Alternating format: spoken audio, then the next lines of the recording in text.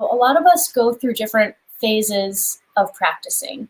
They're all valid and they're important to sort of pay attention to and look at and sort of respect when they are shifting.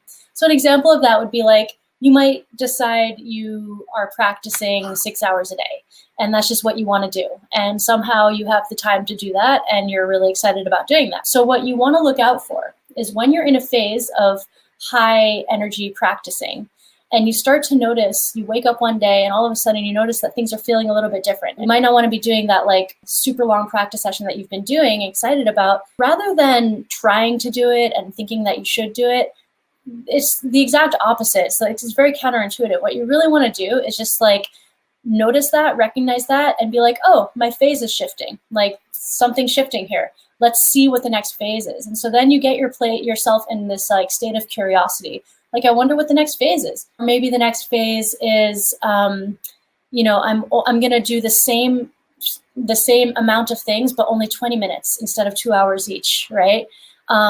Or maybe the next phase is like, oh, I'm going to like chunk up my practice sessions and do like half an hour here and half an hour there. And also maybe sometimes you need rest. And so you just sort of do something to keep your fingers moving. The exercises in our program are really great for like those maintenance type of days where you're just like, I'm going to only do one thing, the minimum. So you do your scales and that keeps your fingers like in a happy state for when you are ready to do something, you know, a little bit more creative or more like engaging, mentally engaging and all that. That's just one thing I wanted to mention here is just watching out for the phases of practice. And instead of trying to sustain a phase longer than it wants to be there, which can end up being destructive and harmful because we're then shaming ourselves for not doing something that we think we should be doing that we're actually not supposed to be doing. So instead of feeling bad about that, being in a place of wanting to discover what the next phase is going to be. And that becomes more of a fun relationship with your practice.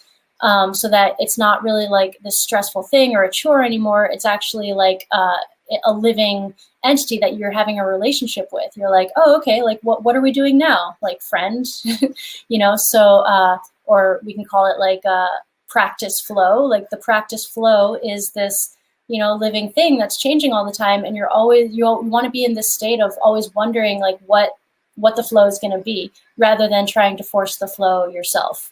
So that's going to get you into a place of just much more enjoyment in your practice and also like way better efficiency because you're going to be doing what really wants to be done rather than what your mind thinks you should do, which as a lot of us know, a lot of the times our mind has like really crazy ideas about what it thinks we need to do.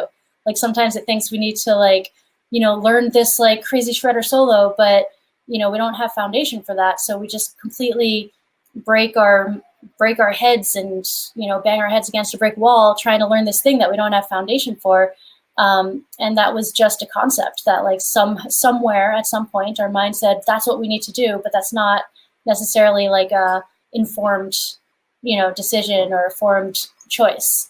So just little things to watch out for is, you know, paying attention to your practice flow and like the natural practice flow, the same way you would pay attention to your body when you're hungry. Like you don't want to, you know, eat a meal if you're not hungry. You want to like, you know, feel hungry and then eat a meal. So it's the same thing with your practicing is paying attention to like what you're really wanting to do. And then also having a balance with knowing what the things to do for maintenance are, you know, so like technical practice is really good maintenance. Doesn't mean you have to do it for 3 hours a day, but if you have a day where you have less time, doing a little bit of technical practice is going to keep your fingers moving and keep your, you know, keep the muscles and in your hands that are developing, just keep them developing on a good track.